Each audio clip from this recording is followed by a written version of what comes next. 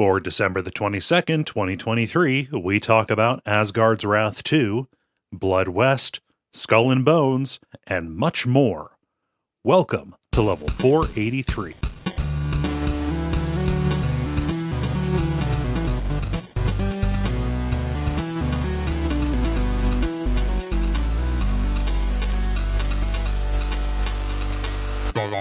My name is Cole Ross. I'm Dennis Furia. I'm Moxie. I'm Ben Merkel. And you are listening to The Level. It's a podcast for people who love video games. And it's the last show of the year. Woo! Mm-hmm. Yeah. It's going to be a bit of a short one, too, because Ben has a hard out. And I assume, I don't know if you're... He has a what? Ben, that's inappropriate. Hey now. I'm waiting for a time. Putting that down in the titles. God, that hard out. Yeah, I'm waiting for a time when I can where it makes sense for me to crack open this ginger ale.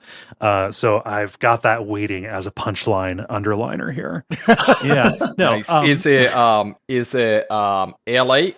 No. I picked up Werner's. Because I remembered how much I love Werner's. Yeah. Well, and nice. Sorry, are we allowed to say that you're feeling a little under the weather? Yeah. How dare you? Okay. Yeah. Just because Werner's and chicken noodle soups are panaceas. That's just science. Yeah, Werner's chicken noodle soup and the Sprite from McDonald's. Yeah, very specifically the Sprite from McDonald's.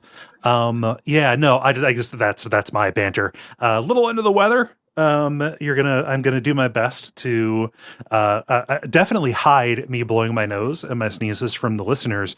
Don't know if I'm gonna catch them all for the folks here on the call. So we're gonna be here. I'm hopefully I went to urgent care about it because I didn't want to be sick for the holidays, and apparently that's what everybody's doing because this bug is everywhere. So that's what they say. The secret to staying healthy is never go to the hospital. Yes, yeah, it's I feel the need to disclaim. Obviously, I don't mean that I'm having horrible chest pains. Better not go to the hospital. Yeah, no. Just as long as I don't go, this lump is benign. Yeah. So that's what I've got going on. Just fighting like hell against an upper respiratory infection. Wish me luck. Dennis, how about you? What's going on? Let's see. What's going on with me? I've been helping my kids with some school projects to round out the year. Okay. That's fun. They both had to give little speeches. Luke's was today, Milo's is tomorrow. And Milo's had to be a biography. And he wanted to do someone gaming related. Ooh. So I pointed him towards Shigeru Miyamoto. Ooh, cool. Yeah, and that was fun. Mm-hmm. To have him research and be like, wait, he did that too? He did that too? He did that too? Wait a minute. This man's done half the catalog of games I've played in my life. Uh-huh. Yeah. So that is a good time. Mm-hmm. Found out it was. I also pointed him that way because that was the only video game creator I could find that had an age appropriate biography published. Right. Yeah. I was like, I could give him Masters of Doom with the Johns, Romero and Carmack, but that felt a little out of his league. You little could have spicy. just pointed him at was it Yoko Taro or whatever, and just sat back and watched. Oh, that's the Moon guy, right? Yeah, the guy's just famously a troll. Yeah. Also famously happy, isn't he? Oh, I've got no idea. I don't know. I mean, his heart. the moon is always smiling. Yeah. But Miyamoto, apparently, when he was a kid in Japan, loved exploring outside, found a hole in the ground, came back the next day with a lantern and crawled into it and discovered an entire cave system. Yeah, found Zelda. Yeah. I was going to say, you can see that inspiration in a couple games. So, yeah. Fun stuff. How do your kids handle? Because one of the first memories of a panic attack that I have, because when you realize you have a psychological condition, you start looking back and stuff starts making sense. Oh no, I've always had anxiety. One of my first memories of acute panic was preparing for a presentation in second grade. and just being absolutely wrapped around the axle, just breathless because I couldn't remember exactly the words that were in there. Oh no. Yeah. Like how do they do with that pressure? Milo is water over the sand. He is unfazable. Mhm. In all areas of life. So this is no different. Luke maybe had a little anxiety. He was like, well, no, I should phrase it differently. Luke derped around and ignored the project until the last minute, then had some anxiety catching up for something that was completely preventable. Yeah. But then by the time like the day of rolled around, he was all about it. He was very excited. Nice. Okay. Because he was sharing a family tradition, and we make a special kind of cake for birthdays called cracker cake. And do words of affirmation where everyone before we eat cake says something nice about the birthday boy or girl. Cool. And so he got to bring cake to class. Ooh, which made him that's a good the way most to popular be kid. Yeah, very popular. Yeah. So that kid is doing it right. Also, cool. I love that your reaction to this experience was, why don't I make my life work talking in front of people? Immersion therapy, baby. That's right. Yeah. I opened up the ginger ale, but it wasn't close enough to the microphone. No, I heard it. Yeah, no, we'll fix it in post. I don't even know what that means. So yeah, well, that's cool. That's are they done with school now? Like they actually are going to school all this week. Wow. Which, Thursday and Friday are just movie days. Right? Oh yeah, They'll they'll probably wear their pajamas. Yeah, well, they get the solid 2 weeks from then on out. But and certainly Daddy doesn't mind there. They have a couple extra school days there. Yeah, true. Have you I'll finished, take them where I can get them. Christmasing? For the most part, yes. And I've finished my grading for the semester as of today, actually. So I am truly a free man over Christmas break. Nice. Yeah. No, we're done recording and stuff tomorrow. So That's awesome. Looking forward to that. Mm-hmm. Nice. Ben, how about you? What's going on? Yeah, similar spot of just getting final preparations. I'm flying back to Cincinnati on Thursday, but then immediately going down to Ironton, where my dad and brother live. So just got to do packing and then do frantic amounts of shopping in those few days between when I arrive and when Christmas is. Right. Because I refuse to bring a suitcase with me whenever I travel. Yeah. I mean, Christmas, that's tough. But I don't know, if you can't knock out your Christmas shopping in 2 days, you know, it just the plan is tougher. Like knowing what you're going to get people, that's the tough thing. Actually going and getting it is the easy part.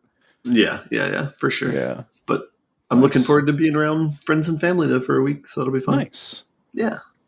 Anything on the docket that you're especially excited to go do? So we have a family tradition where we eat hot wings on Christmas Eve, a la Hot Ones. Ooh. And that's always a good time. So I usually am the one dressing them, and I try and standardize the heat and everything, or the measurements of the hot sauce for each one. And then people basically drop out one by one. And then I think my beverage of choice with this is Kahlúa as a milk substitute sort of thing. So Kahlúa and hot wings. Yeah. You just want to make sure that everybody is as sick as possible on Christmas Day, huh? Well, look, that's disgusting. And I was drinking a Myrtle Beach during Duckstream. Man, I was going to save you from that. I was going to save you from ever bringing up the Myrtle Beach again. I thought I was in a safe space, That But Kahlúa doesn't have a cream element to it. It's just a coffee liqueur, right? Yeah, you can add some Baileys with it as well. Okay, yeah. The Kahlúa, it does nothing. No, you see, because it's wings, you mix the Kahlúa with ranch. Oh God! Oh no! I'm not going that close to a Myrtle Beach. I feel like is that a I don't know, a white Ohioan or something? Good Lord! Yeah, Outer Banks maybe. That's what it's called now. It's the North Myrtle Beach. That's where my family stayed. So. Myrtle Beach was a heinous cocktail that Dennis decided to drink on stream. It was great, and I maintain that the stomach cramps were completely unrelated. Good Lord. Oh, Moxie, how about you? What's going on?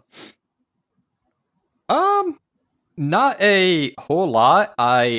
So actually I posted our Slack, one of the things they do that's kind of neat, down here is there's a awesome park in the middle of the city, and all of the various like businesses and like I don't know, clubs and stuff like that in the city all put up Christmas trees that are decorated just various random ways. So for example, like all the architectural firms, they look like DAP student projects, just like Art Deco like craziness.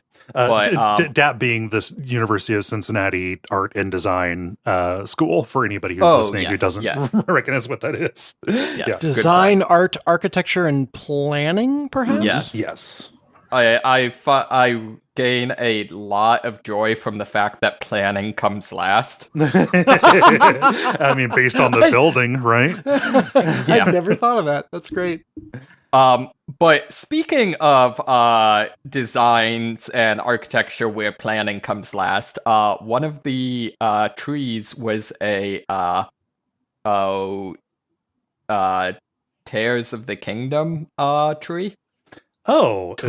Is that apropos to any of the businesses there? No, I think that's just what someone wanted to do. The business was something systems. Yeah. Analysis. Your synthesis. soul is floating away from your body. Sorry. Come back. Sorry, I was leaning in to look. But yeah, they've got the sign from... I haven't played this game, but my understanding is the plot is there is an apocalypse that destroys the kingdom, and due to budgetary setbacks, they hired literally one guy to repair everything. Yeah, so it was fun. There's some sort of weird, like, is there some sort of wigwam or something in the game? There's something built behind it that I couldn't figure out what the hell it was supposed to be. I don't know what that is. It looks like the entrance is some kind of cave. Oh, maybe. Yeah, it might have something to do with the disco ball with the Santa hat on it. Yeah, I got nothing. But anyways, I enjoyed that. Yeah, a little communal festivity. Yep. Cool. Well, that's fun. We should get in and talk about games. Why don't we do that? I think that sounds like a good idea. We should. By doing the regular kind of show, what with the grind, the multiplayer, and the end boss. Why don't we get started with... The Grind. The Grind, where we talk about the games we have been playing over the last period of time or so. Who has something new? I have something very new. Moxie, you went first. I heard you first. So I picked up Blood West. So this is a new indie game that is a fairly open world stealth game with kind of a low poly sort of boomer shooter aesthetic. Okay. So I feel like the whole like the era of the boomer shooter was before I really got into gaming. So I feel like probably people that are from that time like would look at this and be like, oh yeah, it's aping such and such. But at least to me, what I'd kind of describe it as is it's somewhere between like a Deus Ex type game, except where your only two verbs are like stealth and combat. There's no, hacking or, complex dialogues. Or alternately, it's like a boomer shooter where, stealth is like the focus. Mm-hmm. Huh. This looks rad as hell. I had no idea this game existed. Yeah, this Does it have the same like zippy movement of boomer shooters? Not like I said, it's very stealth oriented. So it is not. You're not like doing pogo jumping or anything like that. Yeah. It's this looks like it has way more in common with like Deus Ex or Arx Fatalis. Maybe some Thief in there. Yeah, this looks like Wild West Gloomwood to me. Yeah. Yeah. And also it looks really cool. Yeah. Like, how is it? So basically the plot line is you're a I guess undead cowboy that is in this I don't know, region or whatever, where someone dug up some cursed gold and everything went to hell. Mm-hmm. And you being so you're going around and being tasked with finding all of these various golden artifacts. Mm-hmm. So that you can bury them under some like skull, I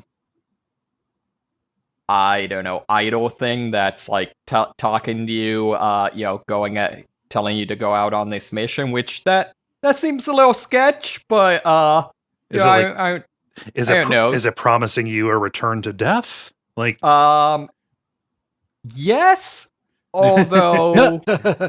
Sorry, I say that questioningly because it has a So I just started watching on Crunchyroll was it Soul Eater? okay. And the skull that's talking to me reminds me a little bit of Death in that like it's mostly dramatic, like you must do this to, defeat the forces of evil and save this cursed land.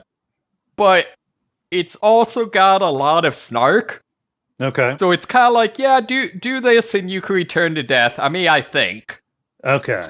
Yeah. Like, so it's like, yeah, not inspiring a lot of confidence. Yeah. So you might be helping this being consolidate power.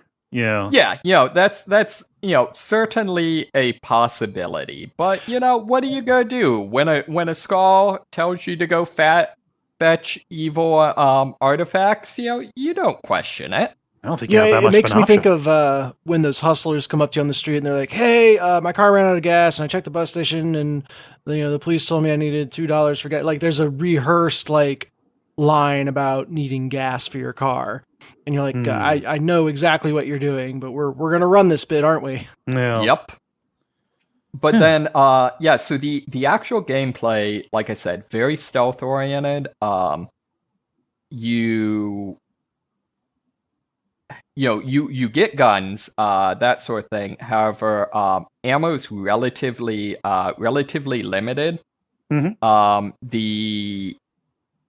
The gameplay really focuses on headshots are very important.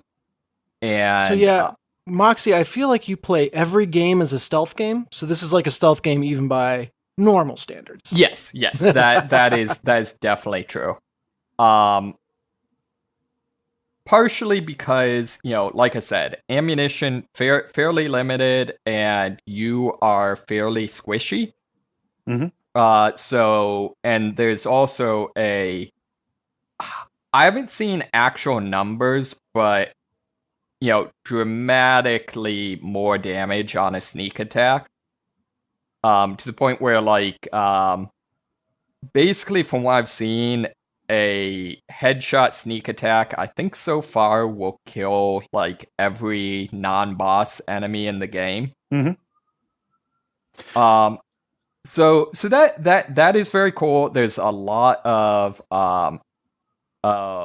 neat enemies. They've each got a neat kind of ambient like chatter effect when you're near them. So like one of them is called, the enemy is called like the prodigal daughter. Okay. And it's basically this like busty tavern girl like you'd see in a western, except that her head is a skull. Okay. Okay. And so when you're near, you just get kind of this ambient, like, voices in your head effect of her just, talking about how beautiful she is, about how, no one around here appreciates her, and, that sort of thing. Mm-hmm. So that's kind of creepy. Yeah. The other interesting thing is, when you die, since you're a, immortal revenant, you just straight up come back to life, but you gain a curse, and, you gain some debuff, and it starts out basically the first two times, I guess, you die, you get kind of a minor version of the curse, and then the, third time it's a, greater. So, like, one of them is, whenever you take damage, you're like 10% more likely to start bleeding. And then, second level is, say, like 20%, and then third level is like 75%. Oh. How do you clear that? Yeah, so basically, the Snarky Skull informs you that it would definitely cure the curse for you for free, but wouldn't you know it, it doesn't have the components it needs. So it sends you out, and you basically have some sort of kill challenge. So it'll either be, kill so many of this enemy via stealth, kill so many enemies with a headshot, kill certain enemies, that sort of thing. Mm-hmm.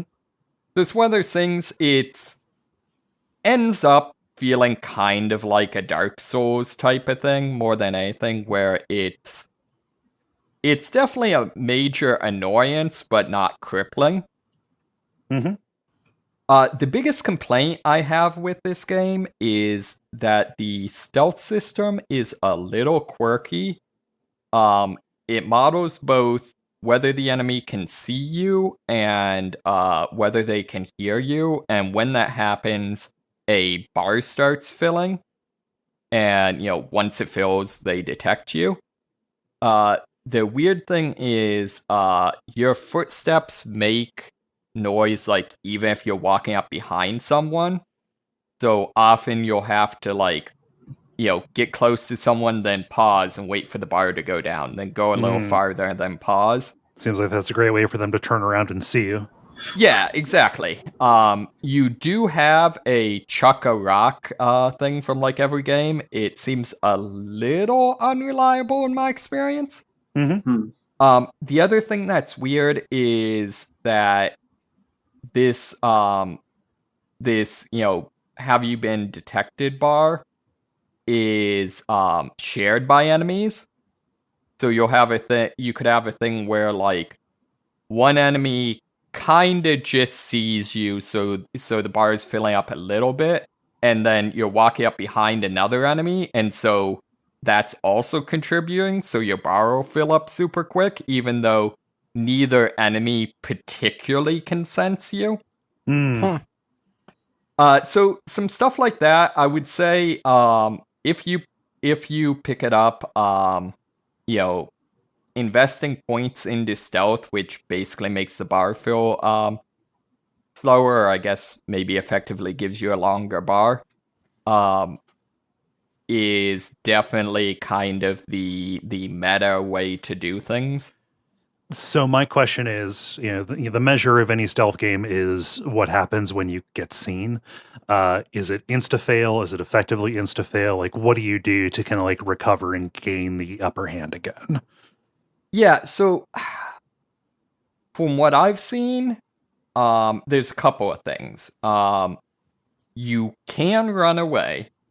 That's been somewhat unreliable. It seems like maybe it depends on the specific type of enemy that's following you, how well that goes. Mm-hmm. For a lot of enemies, most notably the ones that attack you with firearms, it's fairly easy to run away because they're not particularly trying to closed melee range. Mm-hmm. And it does have the Neo issue of, like, once they give up on you, they walk back to wherever they were supposed to be, at which point you can just follow them and stab them in the back. Yeah, that's a little... Although, again, this is, at least for me, not an easy game, so, it's sort of, to a certain degree, I use the cheese I can get. Yeah. Other than that, if either you can't run away or you don't want to, that's when headshots become very, very important. Mm-hmm. So, I'm playing on the Steam Deck, so I don't have mouse and keyboard, so it's not that realistic for me to get a headshot with a weapon with a ranged weapon that's coming when enemies charging directly towards me. So I'm usually using like my axe, my melee weapon. And in that, basically, if I can get the swing, use the downward swing power attack to hit an enemy square in the head, it will often one-shot them. The enemy's head is down. Exactly. No. It's the Ender's Game of slasher horror.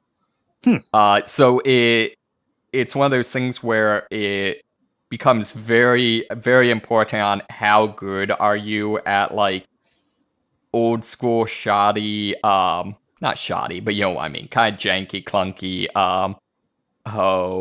melee physics. Mm-hmm.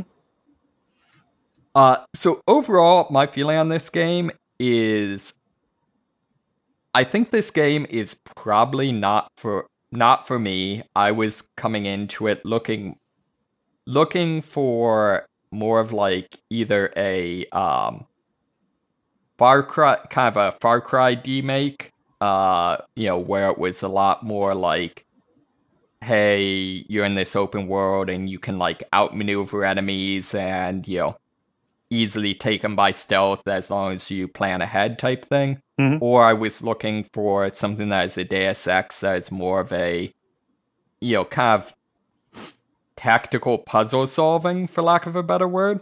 Yeah.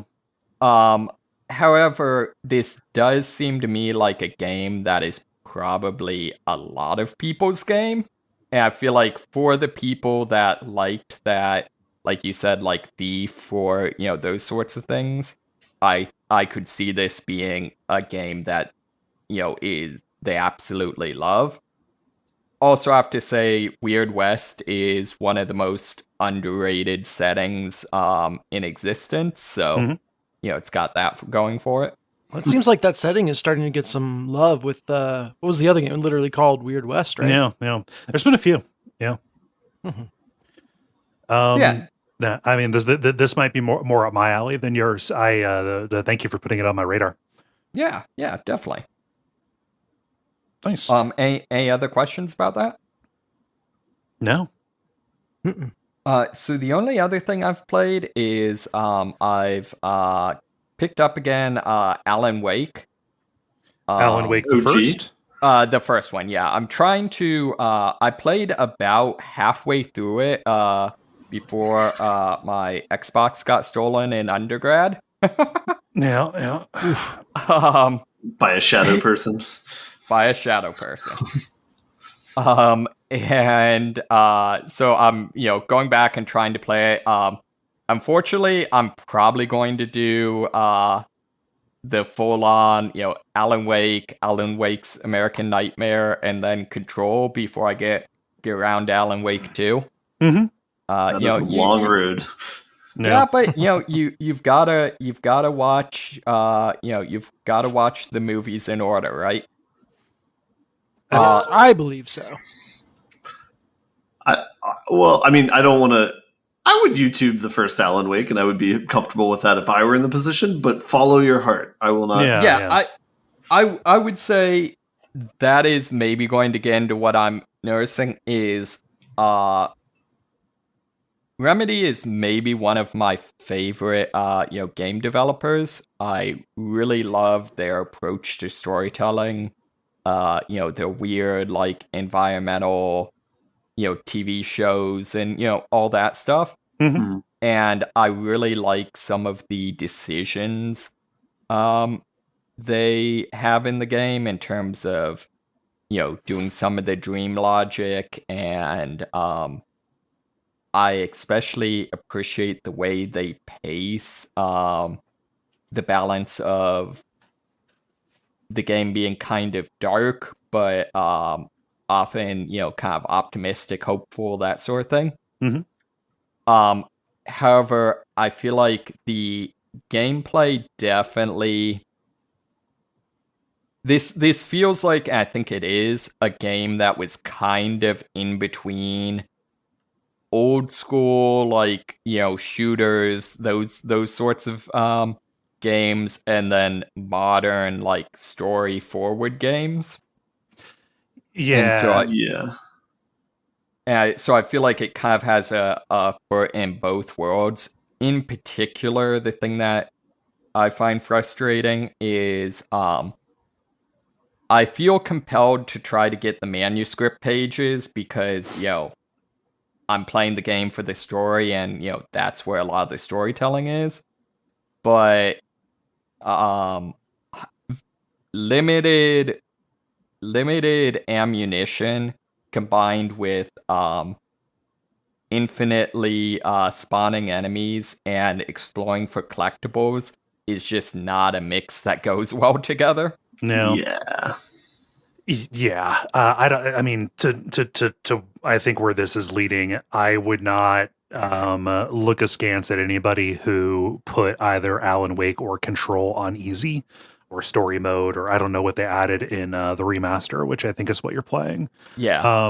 In order to kind of smooth that up, because it's not like there's a huge amount of variety that they're testing you on. Like, it's kind of the same encounter over and over again. Why why would you hit your head up against that when what you're there for is not that? Yeah. I don't think it's a coincidence that Control is like the most frictionless of the games, and it's also the one that gives you infinite ammo. Yeah, and I am playing on easy mode. Okay.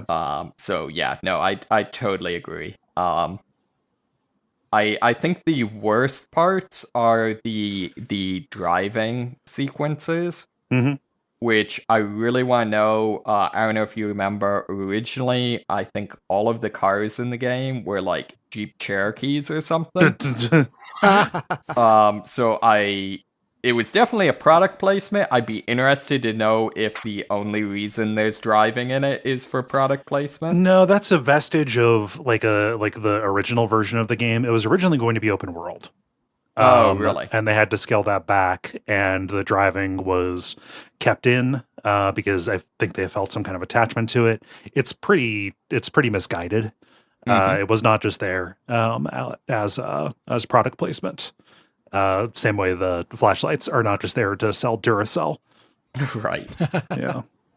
I feel like this is a game that would not actually work that well as open world, honestly. No. Yeah, they seem to have had the same realization. Yeah, that's true. But I like the story. The use of music is excellent. Yeah. The characters are pretty good. Mm-hmm. I like that they get put in at least some justification for you being just supernaturally good at shooting, but I forget what the explanation is for that. It's so there's a flashback scene to his apartment, and he has a whole bunch of shooting trophies. So it suggests that that's just a hobby. Yeah. Okay. Yeah. So. Huh. No, speaking about the music, it's really funny because like the standout track on for a lot of people on the first one was the Poe song, the track of Haunted, that's a really good song, and B, the House of Leaves connection, and then they took it and then they twisted it around in Alan Wake 2. There's really no licensed music except they brought Poe back to record a new song specifically for the game. Like cool. 25 years after she last recorded anything.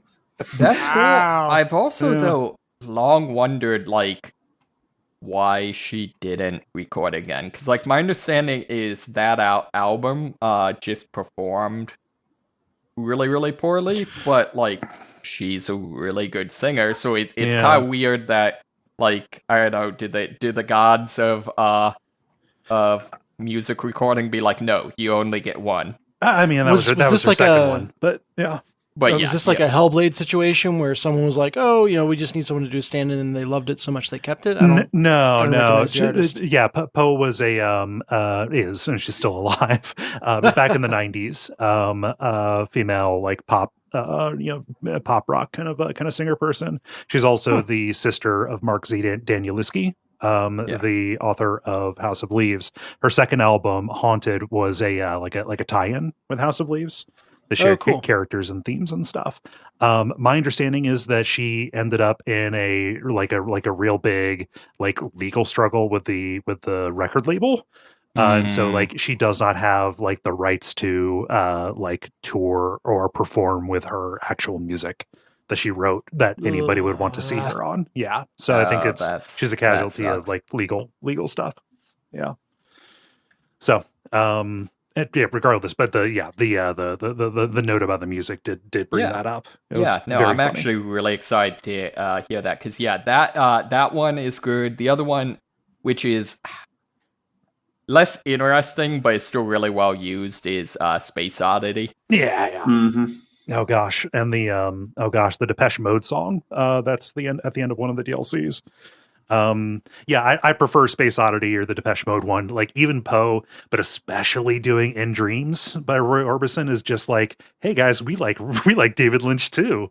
Oh yeah, I mean, this is making me want to go back and watch Twin Peaks, which I mean, it's a good idea, but also like watch The Return before you play Alan Wake 2, so that way you'll see all of the ideas that Alan Wake 2 has done better.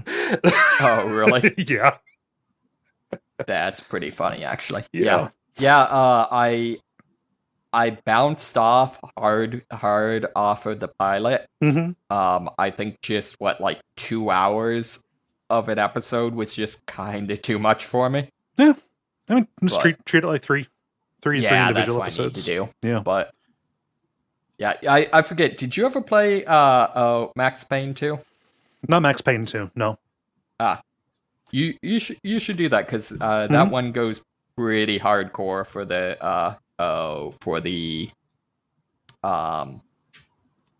David Lynch stuff. Yeah, thank you. Sorry, I blanked. That's all right. Yeah, I mean, the people have definitely brought that up for WoW as one to do. Yep. Yeah. So, but yeah, that's all I've got. Mm-hmm. Cool. I mean, this can segue into me. I finished up Alan Wake 2. I don't like it very much. Like, it's fine, but like, yeah, it is not interested in being an especially great game. Like it's more interested in being its own kind of like mixed media kind of deal, and that's fine if you really enjoy that. But if you say that's exactly what I'm looking for. Yeah. But if you have any familiarity with the ideas that they are putting on display, it just kind of feels reheated in a lot of ways. So that's a bit of a bummer. Would you guess this is a product of the team going too hard after making what they want to make, or being too beholden to not making what they want to make? I don't understand what you mean.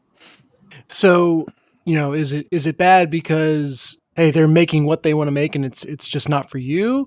Or is it bad because like they're kind of they got pushed in a direction they didn't necessarily want to go, but they're doing it, and that you can kind of tell? It doesn't feel compromised.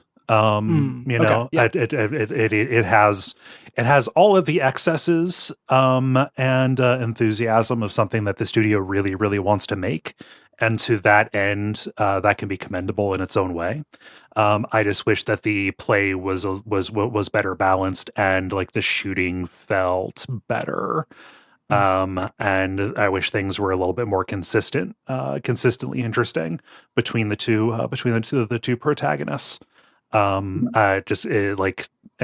some of the new stuff that they were trying to do, like the case board and Saga's story, where you were putting the cases together, that never really went anywhere. For me, it's used in an interesting way later on, but that's kind of it. And then the Alan Wake side of it, where you have the plot board and you're changing like plot beats at different locations, that could be cool, but the changes are so subtle as to be like it's really funny because the changes are very subtle. It's hard to interpret exactly what it wants you to do to get to the version of the world where you can make progress. But the differences between them, it's very hard to tell at a glance. Also, you can have like up to like 4 different plot beats or descriptors for like a particular area, but each of those could also have a light that you turn off or on that changes it. So if it resorts to brute force trial and error, you're just going into the menu and then checking out 8 different versions of the world to pick out where you can go. Yeah. I also thought it was like a little bit too frantic too, because it introduced the different plots it'll introduce them, the first ones like pretty slowly, but yeah, you're in an area and you can flip through 4 and it's like kind of hard to track all 4 stories at once. Yeah. So it left me really underwhelmed, and not just in a like, oh, I'm a snob, so I've seen this kind of like in the mouth of madness, metatextual Dark Tower, the writing affects the world kind of thing. Like, everybody's got to encounter those ideas for the first time somewhere, and if this is your first blush with them, then there is a wide world of very good things awaiting you if you have a hunger for it. So go with God. But for me, it just doesn't hold together well enough as like an actual game. And it was just kind of a real bummer. If I'm being honest with you. So, did they win you over with the jump scares at any point? God, no. This is not a scary game, which can speak in its favor, right? Some people like spooky ideas, but they don't want to be subjected to a lot of tension or a lot of scares. They try and mitigate that by just having jump scares that are like a warped JPEG and a scream that happens at certain points when you're playing as Alan or whatever, and it's the cheapest, most like Mickey Mouse baby town shit that's ever been. So not gonna get me. In fact, I relished in sitting there stone faced on stream, unmoved by them. Yeah. The world scared me long ago, Alan Wake. You can't break me now. I don't say this to like discourage you from going after it, Moxie. It's just, this is just more like, oh yeah, I finished this game. It's one of the biggest games, and I just I can understand what people see in it. It's just not. It's not there. Yeah, I think it's like the production value of the game's good. I think they get points for originality and at least trying to do creative things. But yeah, as a game as a whole. Yeah, I think reheated is a very good way to describe it. Yeah. Any questions about Alan Wake 2 and my underwhelm related to it? So you said that you liked one story better than the other. Which one did you like better? Sagas. Yeah. Okay. Yeah. Sagas is good. Yeah. For the story stuff. But also just because the play in hers was better. And it's those shadow people. I really don't like that. Alan Wake sometimes, like 20% of the time is fighting a Taken. But like you can still be hurt by these shadow enemies that when you use the flashlight to get them, they just dissipate. Like that, like that isn't different enough to me. Also huge complaint about this. The Alan Wake gameplay loop, right? You have enemies that run up to you. They're the Taken. The Taken are protected by shadow. You break the shadow and make them vulnerable by focusing your flashlight on them. The visual effect in Alan Wake 2 to let you know that they are still protected by shadow is basically indiscernible from the general particle effect, like chromatic aberration that's around every Taken. So I ended up wasting a whole bunch of battery charges thinking, okay, this guy, like I'm going to be wasting ammo to fire at this guy. So I better be sure I flash at them. And then, oh no, they weren't protected, but you wasted this. You ended up wasting this other limited resource. Like it really needed to be much more clear. So the non-focus beam can kill the non-enemy people, or like it'll dissipate, but it takes like 4 or 5 seconds to shine it on them. Yeah. So it's a weird gameplay decision. Yeah. I don't know. I kind of Is like that a the factor mystery. of like the development team being, in perfectly dark rooms with bright screens, and you're playing in a slightly different environment? I mean, they're intentionally making it like mysterious where the threat is. So it's like you see like 10 shadows and you're not sure which one's the one that wants to kill you. Yeah. But even like the fully like this happened in Saga's campaign as well. Fully visible enemy right in front of you. It's very difficult to tell if it's somebody who needs the flashlight or not. For you to do damage on them. And like I don't know, I was playing it on a very large 4K monitor.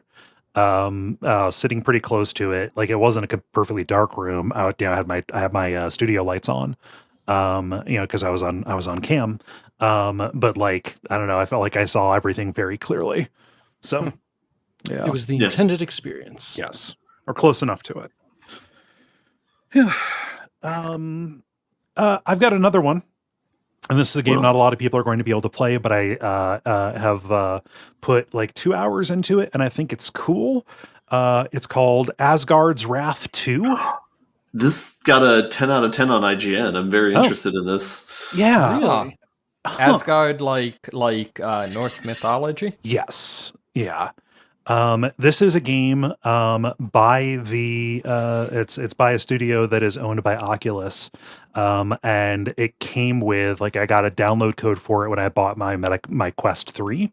Oh, it's VR. Yes, yeah, that's what I mean when I say not a lot of people You are can going to get just to play hear it. the disappointment. Yeah. So it's VR. I've not played Asgard's Wrath 1. I'll probably look at it. I'll wishlist it and see if it goes on sale. But what this is, you at the end of the previous game, you're this unnamed god or goddess who has been trapped by Loki through the course of that game, and now you are trying to like worm your way out of his like prison that he's put you in, and go and stop him and his scheming and all that, starting Ragnarok and whatnot. Is this Hades? Is everyone like super horny? No, it's not very horny. So you're this god, and you head off, and you're like going through like other places and other pantheons to like gather up forces, and that's what it is. And this is first person, and it is an open world fantasy action RPG. I don't necessarily care about the story very much. It's pretty hokey, mythological fantasy, kind of things. I'm here for like cool first person fights and also puzzle solving kind of stuff. And this is like the closest game that I have seen, to like an Half-Life Alyx or or even like a Resident Evil 4 VR, that is like a full-on game that is like, okay, this isn't just a fun VR thing. This is structured like an actual big, like Ubisoft open world kind of deal. Like you're leveling up. It's open world, and that there are places where you can wander where the enemies are like over leveled for you, so you've got to come back later, right? Mm-hmm. What's really neat about this, so two neat things. First person puzzle solving. What ends up being kind of interesting is like things that are really played out in regular games, like a Zelda style, move this thing and then the puzzle's solved, kind of thing. That kind of puzzle. That can be interesting again if you're doing it in VR.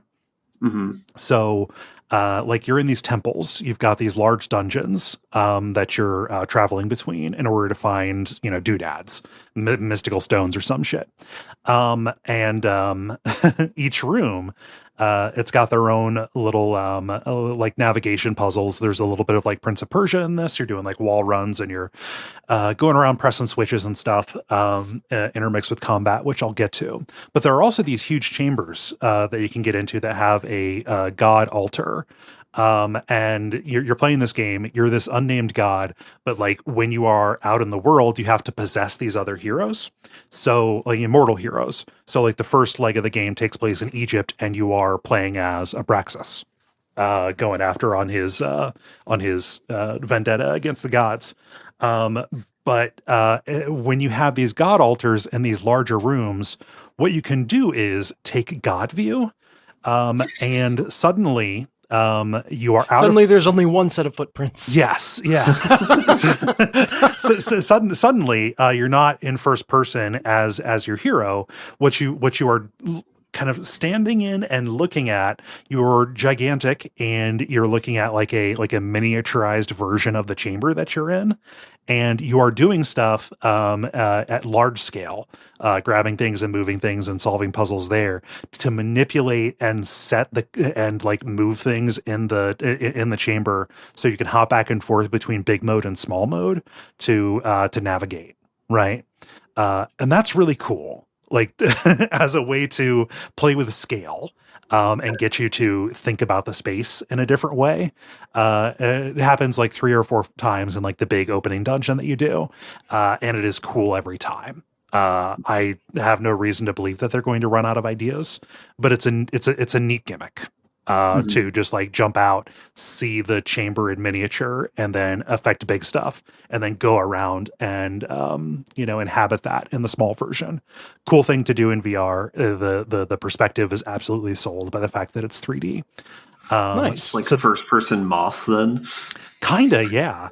And I love the idea that like having divine power just means being really big. Yeah. Well, I mean, this is a game. What's really funny is like the cutscenes in this. If you have a giantess fetish, oh boy, have I got the game for you. Oh, no. A lot of the gods are real big ladies. So not my thing particularly, but hey, if that's if that is your yum, head this way, my friends. So are we talking like Lady what's her name from Resident Evil, or are we talking like Godzilla size? Oh, we're talking many times the size of you as you're looking up at them. Yeah. Lady Dimitrescu is nothing in this scene. So Moxie's just like, oh, never mind then. Hey, these things can get specific, and there's nothing wrong with that. You can find anything on the internet. Yeah. True facts. This is in addition to like they're because this is a Zelda type thing. There are interaction modes that I have not unlocked, but like in the opening temple, like a lot of the puzzles have to do with like grabbing onto these hooks on chains and pulling them to like manipulate or to like change a mechanism. Like you're pulling them taut and then carrying them over to loops to hold them into. So it's a BDSM giantess game. The big ladies are never present when the chains are out. But missed opportunity. Well, maybe again, anything's possible. It's a big game. But that is an interesting way, because like for any of the given chains that you're pulling, there are different places where you can hook them, and so you've got to find the right configuration and change things up as you go. So puzzles, cool. I've really enjoyed the puzzles. The combat, also really good. I've dabbled with a little bit of, first person combat things, and Death is a big one. That's like it's like a roguelike that is, primarily like archery or whatever. Not fucked around too much with melee combat stuff outside of like certain modes and like Bone Lab or what have you. In this one, it's really cool. So you have a sword, and then each character also has a throwing weapon that they can recall, kind of like Thor's hammer. Okay. And with just your sword, when you're in combat with enemies who shoot projectiles at you, you can swat the projectile out of the air back at them. The primary means of defense that you have, there are shields you can get and stuff, but that's nowhere near as effective as parrying, which means hitting the enemy's weapon when they are swinging it at you. Either using the throwing axe or throwing hammer or whatever you have, or parrying in the exact right way will slow them down and expose a weak point. And using that, you can really punch above your weight class when it comes to fighting things that are higher level than you. And so it kind of ends up being a little bit like a first person, almost like Punch Out kind of thing. And it's a little bit, it's actually pretty close to like a VR Souls, kind of deal, because there is a dodge. Like you can, dodge left and right out of the way, and it's relatively instantaneous, but you are really looking at the combat animation and swing animation of an enemy who is about the same size as you, sizing them up and making sure that your swing is is timed and aimed right. It is very technically it's very technically impressive in terms of like how responsive it is, and the difference between nailing it and not nailing it.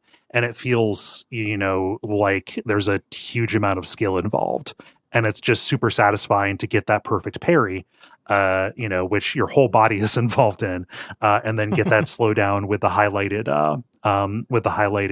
weak point, to kind of hit right. So it feels really cool just to be in these kind of encounters.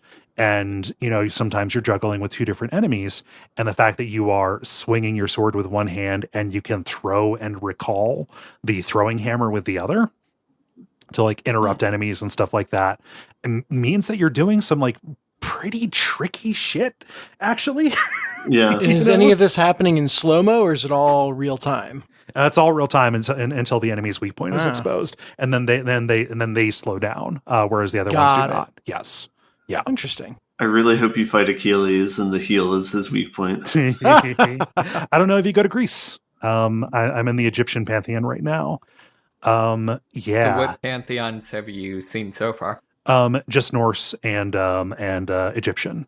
My quest giver right now is Horus, and we're going after trying to bring Set down. Yeah. It's real basic, mythological fantasy kind of stuff. Right. And the entire, so if you're playing VR and you're in a big cutscene where somebody is talking to you, the way to make that entertaining is to do a little dance where you just keep pointing at the person, it's like, The Lethal Company strategy. Yeah. That's the way that I make it entertaining when they're yakking at me. I really don't care whose dad killed who. I really just want to go and fight some stuff. It's fine. There's crafting shit. There's a bunch of stuff that feels like it's that feels like it's this is attempting to be a big AAA game. So they've got to put this in here. So you're picking up all kinds of different fruits and crafting materials and broken stuff to take in and get turned into more useful things. I'm really just here for the combat, and on that it delivers. And I'm really excited to see what other puzzles and what other new like doodads you're going to get in order to do this. There are also big boss fights, like big Soulsborne boss fights. One of the first things that you do is fight like a big griffin kind of thing. Mm-hmm. And you would think that would be really sucky in VR. Like, how do I get close to this? How do I? No, they nail it. It actually works really well. God, first they put Peter Griffin in Fortnite. Now he's in these VR games. He's everywhere. I'm sorry, I pronounced that laugh wrong. Can you pronounce a laugh? Why do you do that to us? So yeah, this is neat. I'm really excited to mess around with it some more, and it can't beat free or free with the new VR headset. So yeah, and looking at the like the screenshots, I see like there's grappling stuff, there's bow and arrow. God, I love VR archery. VR archery is really good. VR archery, yes. Mm-hmm. So much more efficient. Mm-hmm.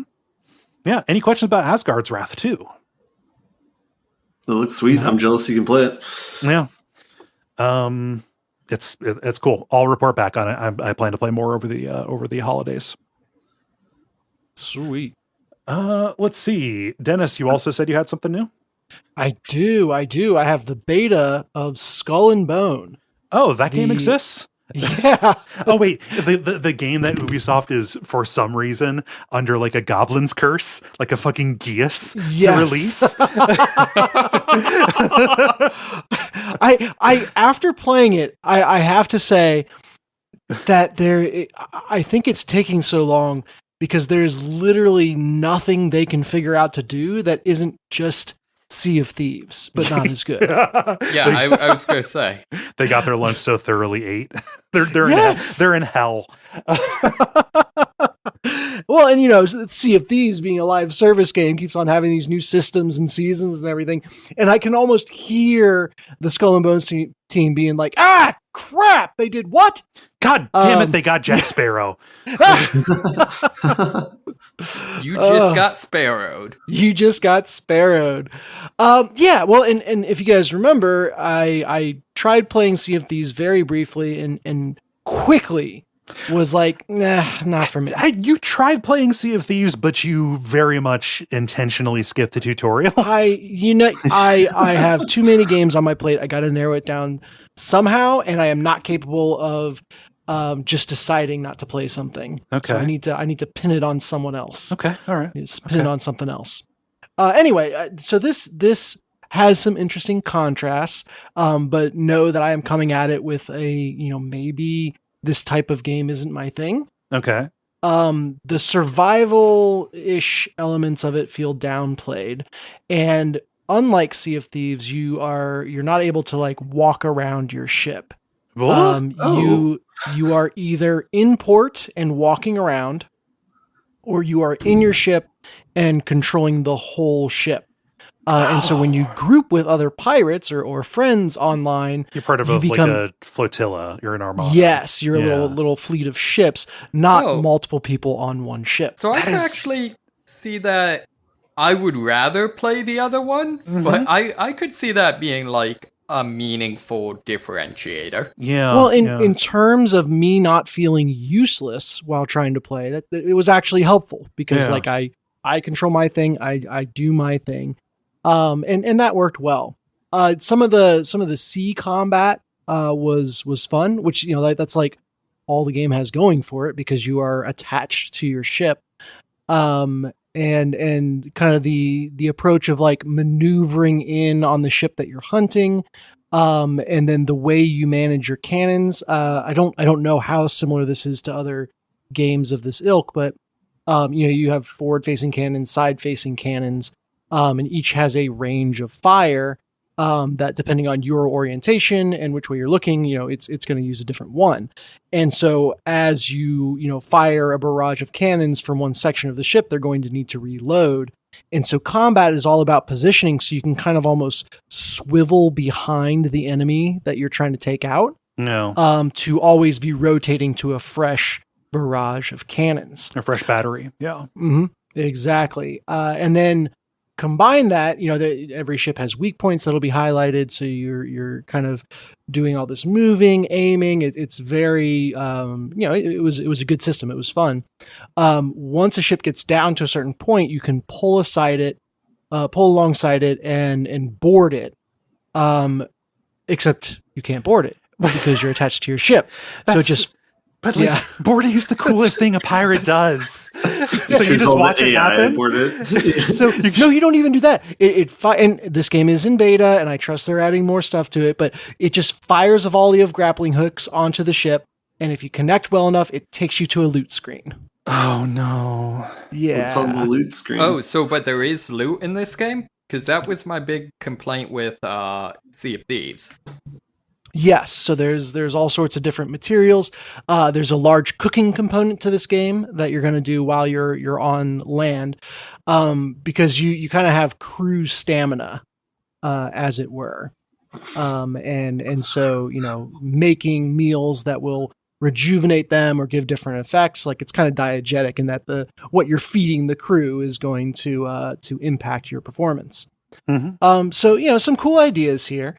However, in the opening battle, and they do the video game thing where you get this like giant superpower ship. You're doing this hyper intense battle. You're in the middle of the ocean. There's not a single island near you, and it's just hardcore ship to ship combat. I somehow managed to go out of bounds in the ocean. Okay. I mean, that's not where pirates belong. What is a pirate doing in the ocean? As in, like, I got a room scale VR style wall that rose up near my ship with a message like, you need to turn around. And I have to believe this is a beta only thing. Because there's no reason with no landmarks nearby to constrain me. But I spent half of the opening combat like trying to figure out how to reorient my ship, while the people that I'm fighting are actively like baiting me outside of the playable zone. So I don't know if there's a weird like meta awareness that the AI has developed. Maybe if you fed your crew better food, they would go outside the bounds. Maybe, yeah, maybe. They're all county sheriffs, and that's the line of jurisdiction. So they just throw their big pirate caps with the feathers on the deck, and they stomp on it. Ooh, yar! It's with the feds now. Yeah. Yeah. So that was odd. And again, I Yar! think It's Portugal's problem now. So that it has to be a beta thing, because my God, the opening cinematic, it's beautiful and everything, but the litany of different Ubisoft offices that show up on screen that have worked on this game is staggering. And to have that be the case, and then the first thing I do is run into a very tight out of bounds line, just felt kind of confusing. Yeah, that actually lines up. Yeah. So yeah, once I was in the game proper and riding around in like an archipelago that had a bunch of islands and interesting stuff, that felt a lot better, a lot less constrained. However, like I mentioned, you are also going to spend a significant amount of time off your ship at port. Okay. And this kind of serves as, I guess, the hub where you do all your upgrades and take all your quests and this and that. Oh, so you're saying... Go ahead. You're establishing that they do have an individual pirate mode, so they could have had boarding and stuff like that. They just chose not to? I think they're going to do a Starfield where they launch a really boring product and they're like, well, no, there's game coming. We're going to put game in this game. It sounds like you're describing this. Could port just be a menu? Like, is there any system, or are you just moving around and entering entirely in? Could be a menu. 100%. Oh, God. And not only that, but the movement feels incredibly awkward. And I don't know if it's because I am playing with mouse and keyboard and they designed it with controller in mind, but every time you get where you're going, you take like 4 to 5 extra steps. Because there's, a real detailed slowing down animation to make things look natural as you walk past the blacksmith. Then you got to turn around, but it does this kind of like wide arc and you're up to speed again and you walk back past him. And so I think the blacksmith thinks I'm crazy. Just or he thinks you buttered your shoes. Yep. Or I'm Jack Sparrow, except Sea of Thieves already got that. Yeah, So it's just the surrounding structure for this game feels way further away from where it should be for how close this game is to launch. I think it's coming out in February. And it's like, shit, if this was the first iteration of an early access title, I would be intrigued. Yeah. But this is a AAA game coming out in a month and a half. So I'm worried. Yeah. The ship combat has some interesting ideas. Because I have lack of exposure, I don't know how different those ideas are from other games in the genre. But man, yeah. Skull and Bones has a lot of work to do in the next month and a half. So I am curious, just how does it handle like gear? Like, are you upgrading your ship or upgrading your like swords and shit? Yeah, that was kind of cool. So you upgrade your ship. At least that I saw, you didn't upgrade individual weapons or anything like that. But you do upgrade like the cannons on your ship, and you choose what type of cannons go in each section of your ship. So as you're rotating through those fields of view, you could theoretically also be rotating through like different types and ranges and what have you of weapons, which is an interesting idea. Grape shot and stuff like that. Mm-hmm. And Exactly. so is this something where, like, when you capture an enemy ship, is it dropping, like, +1 cannons of fire or something? So that is one of the interesting ideas. So the ship will always, if you straight up destroy it or if you board it, you'll always get like, wood planks and sail parts and like, stuff that you would find floating around a ship that's been destroyed.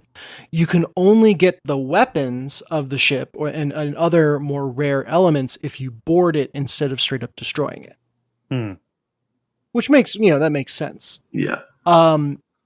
You can find elements to add to your ship. My ship has 2 furniture slots, they're called, which is an underwhelming name for a cool idea, which is you can equip things that have different utility buffs for your ship. So, for example, I found like it was some kind of rope spool rack type of thing. I forget exactly what it was called.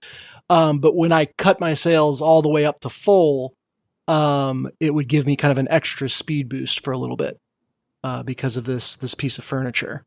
And there was other stuff along those lines that you could equip. So if you were trying to build a really fast ship, you might have a different set of furniture and specialized tools on board than if you were trying to build like a heavy hitter. And every ship has a limited number of slots with which to customize with. Does it model like directional wind and currents and stuff like that? Man, it's tough to say. I could definitely tell when I was sailing into the wind, and that was slower and more difficult. But I got the impression that they never wanted that to be the thing you were focusing on, if that makes sense. Like it's there. We want to make a sailing game. We just don't want you to focus on the sailing. Well, I think they want you to focus on like slipping out from behind the cove to surprise people and fire on them. Like, that's the part. Oh, the griefing. Yes. Which it is a pirating game, so that's in there. So it was cool to play. It's a very pretty game and has some interesting ideas, but I just I feel like it might be a cool game in 2 or 3 years if it survives. Which I feel like I'm saying about more and more freaking games all the time. All from large studios. Yep. Yeah. Woof. Oh yeah. Video gaming is slowly dying. It just I don't mind this way of developing a game. It's just this is an early access launch. And like if just tell us it's that, and maybe that's what they'll do. I don't know, but like I don't want to hold anyone back from like iterating on the product and updating it. Like that's a great way to build a game. Right now, it just feels like Right now, the main consideration is when do they cash in the pre-orders and cut bait. Yep. Yeah. Exactly. Oh yeah. So, like that. What was that zombie game that just did that? The day before. The day before. We talked about that last week. Yeah. The day before, cut bait the day after. Oof. Yep. Well, the week after, technically. See, we're not that bad. We lasted a week. Oh gosh, yeah, that sounds like a real bummer. And as you were describing that, what it made me want was a like a turn-based pirate, like nautical game, and those exist, but only dads know how to find them. They're invisible. They Steam doesn't actually show you the database entries. Oh God, no! I have to not multiplayer either. You just made me think of a mobile game. It was a mobile turn-based. It wasn't naval combat. It was aerial combat. Like that was Sid Meier's Aces or something like that. Yeah, that was super good. Mm-hmm. That is going to scratch the itch of what you're thinking about right now. Okay, if you can find it. Yeah. Oh, you have anything else besides Skull and Bones? One other small thing. So Diablo 4 has its holiday event going on right now. Well, hey, I actually sorry, really enjoying it. So this second season of the game has been really strong. I've talked about that in the past, and this holiday event on top of that is really strong. And so I'm going to call it the Blight Before Christmas here. Yeah. But you meet a guy in town who's like, we've got these, special bad guys that are attacking us. And if only a hero like you could like kill them, and then we could like hang their trophies in the area, decorations in this area. It might brighten people's mood and give them hope. Okay. So you're going out that and checks out. slaying monsters to hang their guts on the walls as tinsel. Okay. Yeah, nothing crazy about it beyond that. It's a good excuse to get in. I have been bitten by the hardcore bug though, so going back in, check this out. I was like, Again, I'll play a hardcore character. Sorry. I have a type. I like games to hurt me, I guess. Yeah. But went in and just tried it once. And then when that barbarian died, I tried again. And when that barbarian died, I tried again. And so now I'm just in it. Like, It sounds like you're just feeding barbarians to hell. I kind of am. The first barbarian was Please No Die. Okay. You can see the name on the recording thing. Please No Die.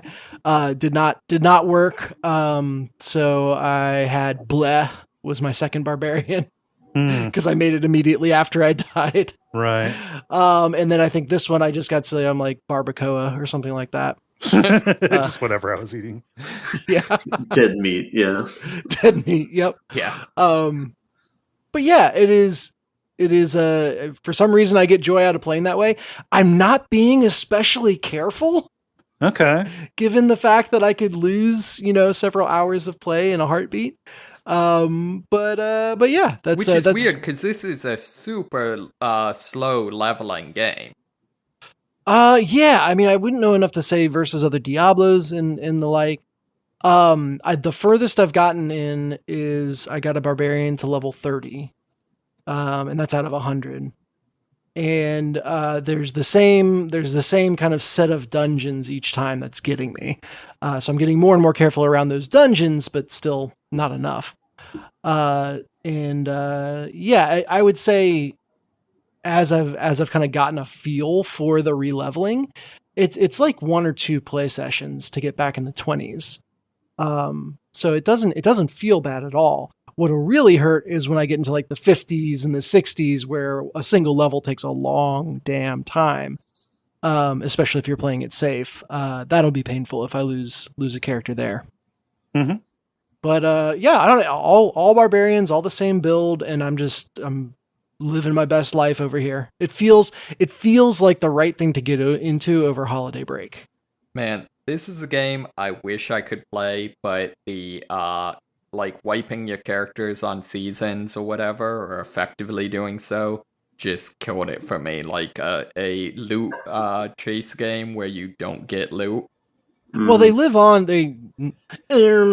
Pushing my glasses up my nose here.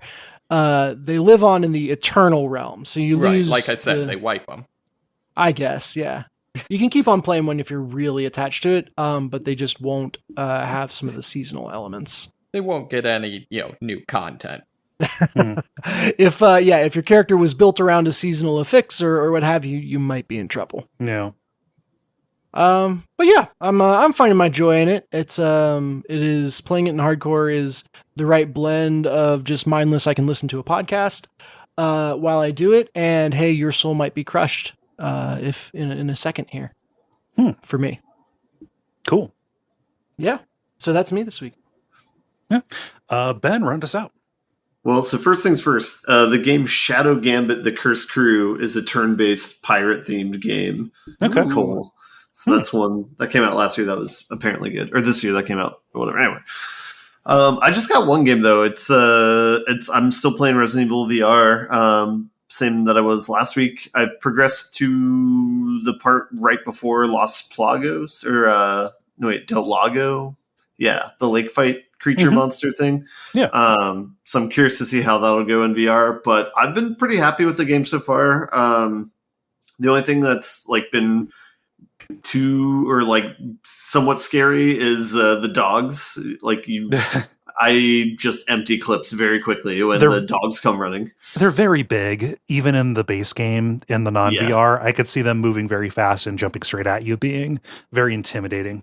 Yeah, it's not a pleasant experience. I switched to shotgun ASAP. So. Yeah. But But yeah, no. Other than that, though, yeah, I am impressed at like how fun the game is and like how well it's translated. Where it's like it's still a fun experience, even though I know what's coming, but it's still a very different experience than playing like the non VR version, where it's so much more immersive. Like, for example, in the remake, the one area where you have to get like the eagle token, and there's like two sides you have to go up, and you're in this like quarry or whatever. Mhm. It's just very different experience when you're going through that in first person, and like like there's like pros and cons. Like you don't really move and run the same way as the regular game, so it's a little bit clunkier. But Mhm. you can like turn and snap really quickly, and so like I can turn and shoot to my right side even if I'm facing a different direction, Mm. and that's something that gives you a lot more flexibility than if you were playing the regular game. How is sniping handled in VR? I have not used the sniper rifle yet, so I still only have pistol and shotty. So far, I mean, the only difference is like they'll differentiate how you like reload the weapon. Mhm. But yeah, so I still don't know. So I imagine I'll see that if I keep playing it, I guess. Mhm. But yeah, basically, I imagine I'll nope out if it gets like too scary. But so far it's been good to do. I think. But then the only other thing is since it's like continuous movement, I'll pretty much just do like a big area per session. So Mhm. like maybe be like 15 to 20 minutes or so, and then I'll take a break and come back to it later. So that does make it a much like kind of slower experience. You can't just knock it out in a couple days, or at least unless you have your VR legs under you. Yeah. So, but yeah, I've been pretty impressed with it, I guess, so far. Have you gotten a better handle on reloading under pressure? Yeah, I think I have that down, and I have like getting my knife out like very quickly. I have that part down. I still love just waving a knife in the face of someone as a way to kill them. It's very fun. It's akin to dancing in front of them while they're talking. Yeah, pretty much. Yeah, talk to the knife, dude. Yeah, no, it's just funny. But then on the flip side, like if you do like the ground kill with the knife or a sneak kill with the knife, that like drains your durability really quickly. So you can only do like 2 or 3 of those before your knife snaps. So it still kind of has that sort of headache where it's like, man, just give me a knife. Like I don't want to deal with the durability of it. But anyway, yeah, that has to go down as one of the dumbest gameplay decisions of all time. How else will they extend engagement? I mean, I don't know. It's not that huge of a bummer, actually. Yeah. I think it's good for getting you to not rely on it as much. I would say it's like a minor inconvenience. And yeah, to that point, yeah, I can imagine it being maybe it was done to prevent somebody from just running around, knives akimbo and just like waving them in front of people and walking through the game that way. Heaven forbid people have fun. Knives Akimbo was my favorite Scott Pilgrim character. Nice. Yeah, so I don't think I have too much more to say about it outside of last week, other than it's still a pretty solid experience. It's both of our experiences, Cole, are free games that are kind of like at the tip top of the quality spectrum of VR games. So. This wasn't a paid DLC. If you buy Resident Evil 4, you can download it for free, the VR version.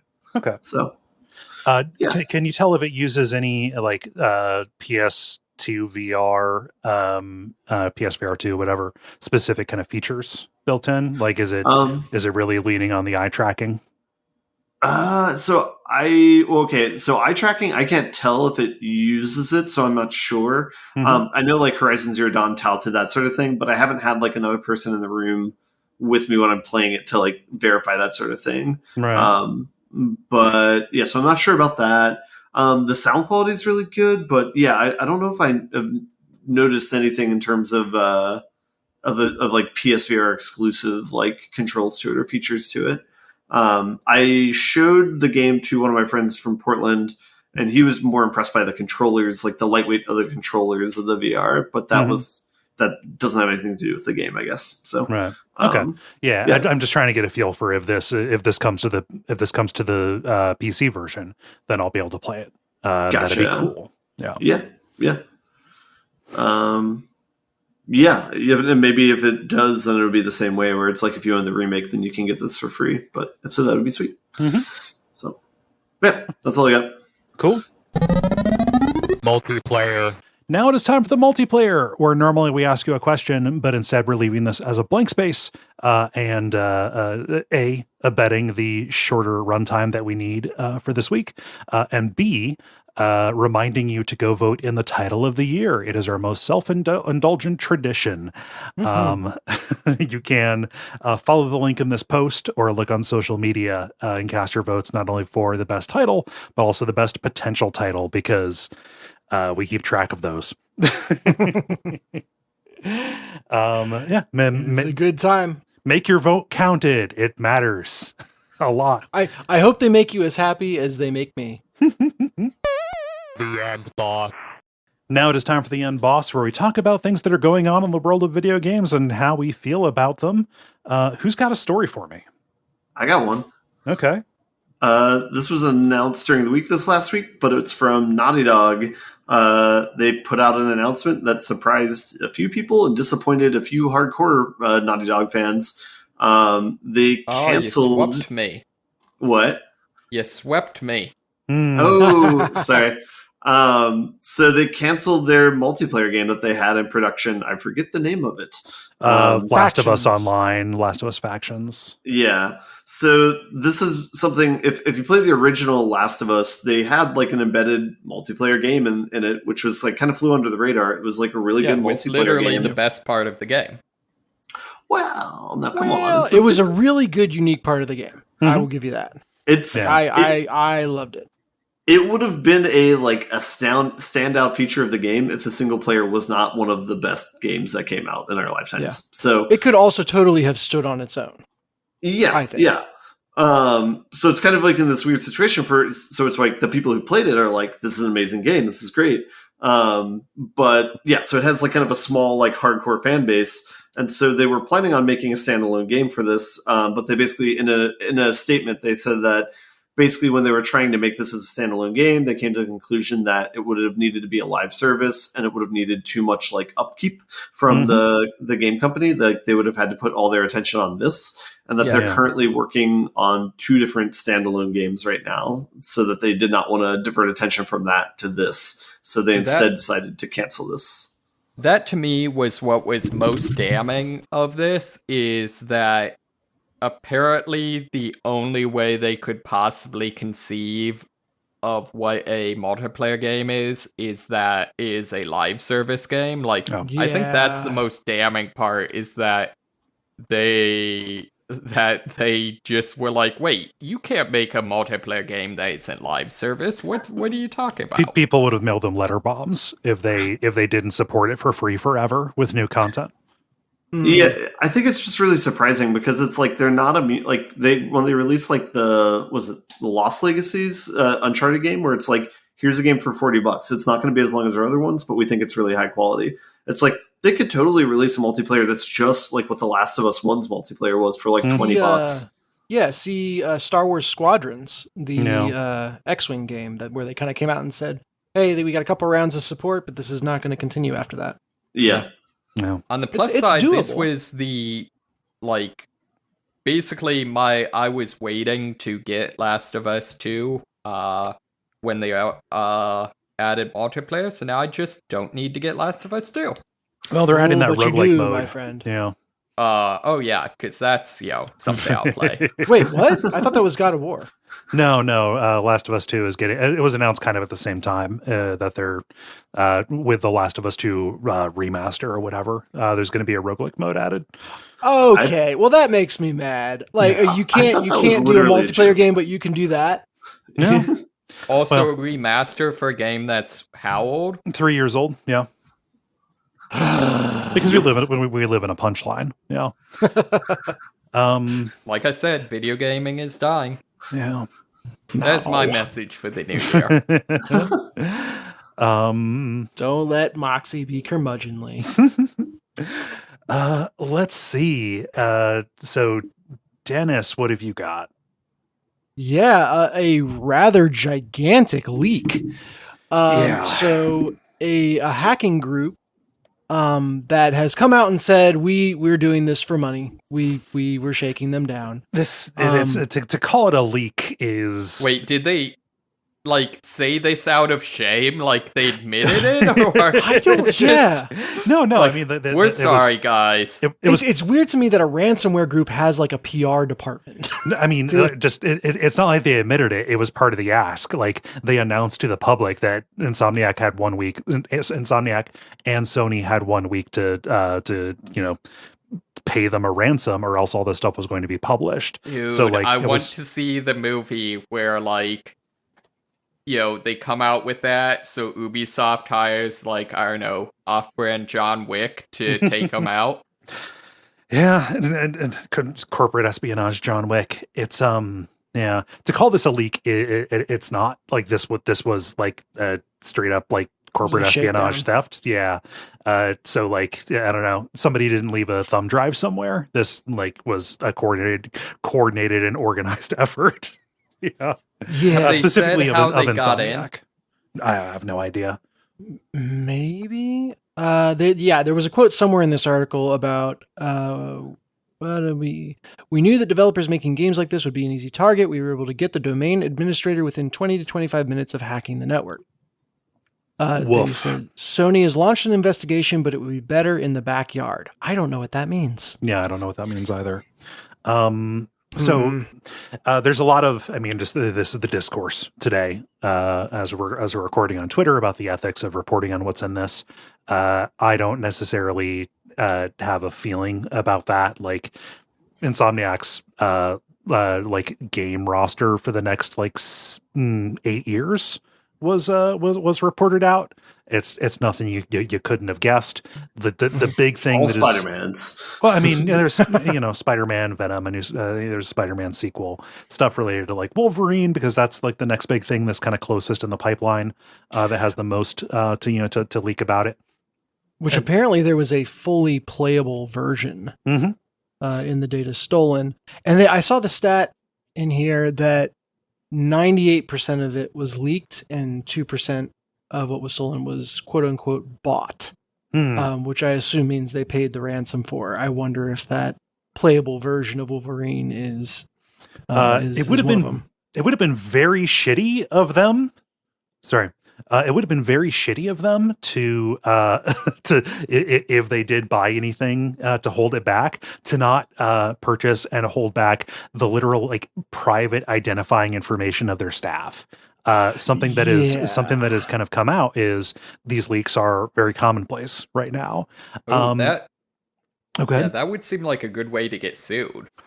I mean, if they can prove that they decided to protect a demo, but if they decided to protect a demo and then not their employees, people have been coming out in their own, just on their own, saying like, hey, yeah, one of these leaks happened at a company where I worked, and people like drove across state lines with a shotgun because I worked on a game they didn't like. Yikes. People do use these leaks to make the lives, particularly of women, minorities, trans folks, hell. This is really bad. Like people have had to like freeze their credit cards on fraud alerts and stuff about this. It's rough stuff. So was this also part of the leak with the Suicide Squad game? Different leak happened right around the same time. Okay. Yeah. And still video games. Mm-hmm. Or, I mean, sorry, still superheroes. Yep. Yep. Just go for the big IP. Yep. It sucks, It is, yeah. It's yucky all around. Mm-hmm. Seeing screenshots of Wolverine, it honestly feels like, Insomniac's going to make their money. They're and just fine. There's also a discussion that's taking place that is, I think, deserved, which is like, okay, what is the quote press, the gaming press as it exists? It is not ethically up to this, to decide how to handle what to report out about it. And B, also like, the big it is being treated in a lot of places like the big tragedy of this is that people are not going to have the surprise that there's a Venom game coming out. And it's like, oh no, it's disrupted the PR hype cycle. And it's like, no. And also this wasn't specifically an attack on PlayStation fans. Like It is very frustrating. The person Have this they hurts said, is the person who slaves on this game, over time for however many years and is excited to share and doesn't get to have their moment. Like I think that's the person that ultimately comes out of this the worst. Yeah, or everyone else gets their hype, or somebody the corporation mails them a letter bomb. Well, there is that. Yeah. Are these, or do they know, are the hackers US based? I've got no idea. They named the hacker group Rizda, but I don't know anything about it. I imagine it's not international, as in not the U.S. I imagine it's people all over. It's a group more than anything. Well, where in the world is it would be better kept in the backyard? A phrase. Weird. I really can't get over that. Yeah. Yeah. I wouldn't be surprised if it was Russian. Yeah, my take on this is I think we should bring back the concept of outlawry. Oh, just saying you're no longer under the protection of society. Yeah, like there's one of these hacks, and the government just declares, these people, do whatever you want to them. I have just speedrunning dystopia here. No, you can't speedrun something we already have. It's I've got no idea what the prosecution record is on I don't know, corporate espionage, stuff like this. It's hard to call it anything else.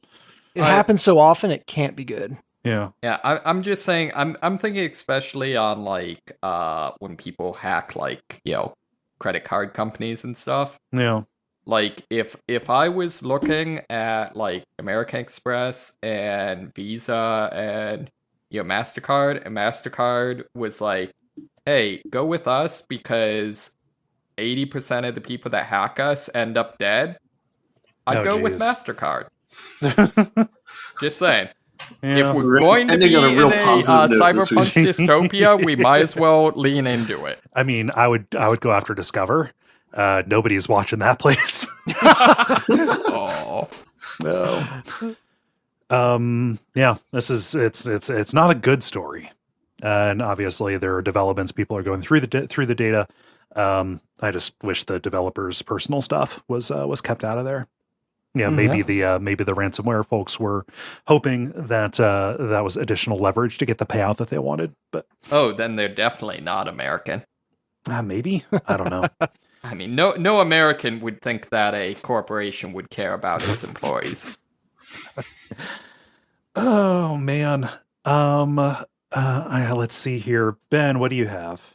I already went. Naughty Dog. With Naughty Dog, and then Dennis went. Moxie, how about you? I also went with the Naughty Dog. You did. Okay. The naughtiest of dogs. Well, I'm gonna go with something different. Something a little bit, please. Upbeat. Something upbeat. There is a modder. There's an independent developer. Their Twitch, their itch username is Pero Autonomo. I'm going to put a link to this here. What they are doing, and what they have just released, is a demo of their project to remake Resident Evil 2. Classic Resident Evil 2 in a first-person mode. Yeah, kind of keeping it in the same visual style, but redoing areas and redoing cutscenes, keeping it in this kind of first-person mouse and WASD kind of scheme. And I gotta tell you, it looks real neat. This kind of thing, it is sure not to function as well as the actual game is, because it was never designed for that. See, also adding first person aiming to Metal Gear when they brought Metal Gear Solid 1 to the GameCube with that there. But it's really interesting to explore these sacred spaces, right? Raccoon City Police Department in first person, and to kind of see the ways that the original Resident Evil kind of relied on the tank controls and third person fixed camera angles. I'm real excited to check this out. If I stream this weekend, maybe one of the nights I will play this before it gets cease and desisted. Of course. Yeah. Nice. Yep. So, any wish list areas that you're particularly excited to see? Oh, I mean, I don't know what's going to be covered in the demo. Like, it'd be really neat if they, I don't know, it'd be real neat if they were doing it in the B story. So you had Mr. X coming at you. Okay. I Trying didn't to realize give Mr. it to you. X wasn't in the whole thing. No, in the original Resident Evil 2, it only appeared in the B playthrough. So whoever went through, whoever goes second, has to contend against Mr. X. That's interesting, because like that is the only thing I've heard about in Resident Evil 2. So I assume that was just like 90% of the game. Nope. Yeah, that was a departure when they did the remake for it in 2019. Yeah. Cool. That's all I got. That's my story. How do you all feel about buttoning it up? Let us button. The credits. Thank you so much for listening to level number 483. We appreciate you taking the time. It's been a good year. Thank you for being along, and we hope to see you next time. If you want to help out the show, you know what to do. You can leave a rating or review. You can tell your friends. You can support the show on Patreon, support the network on Patreon. Go check out Real Lich Hours. That has launched. By the time you're hearing this, like you can get a really good sense of what we're of what we're doing. Early reviews are it's good. Because Baldur's Gate 3 is good. It's much better than fake Lich Hours. Yes. Yeah. And none of those disingenuous liches. So go check it out and spread the word. That's reallichhours.com. Every episode up through this year is going to be public for everybody. And then it's going to go premium in 2024. So going to get a good taste. Is there anything I'm forgetting? Have a good Christmas. I don't think so. Yes. If you celebrate it. Have a Happy good New Year. Yeah. Happy whatever the holiday you celebrate or don't. I hope you get to take time off. And I hope that you have fun and be safe, most of all. Make sure you get where you're going incident free. Yeah. Cool. Well, I've been Cole. You can find me on Blue Sky at Cole Ross. I've been Dennis. I was still going to say Furia. Last names are fun. You threw me there. Sorry. But you can find me on Blue Sky at Furia Games. I'm Moxie. And I'm Ben Merkel. And stick around for some titles.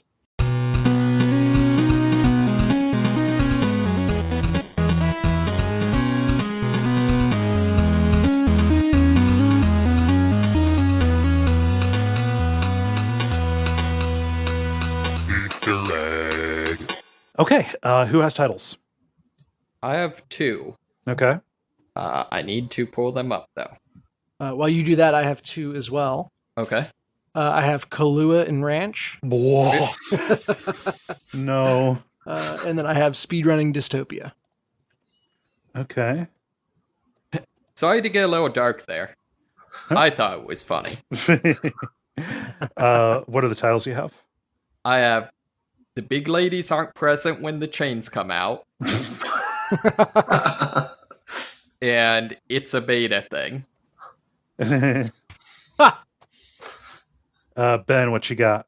I use the cheese I can get. It's got to be Kahlúa and Ranch. Does it? Does it really? Yes. Yeah. Yes, it does. Yeah, just for the visceral reaction that all of us had. It sure delivers on that. Yeah. Makes me happy. It is decided.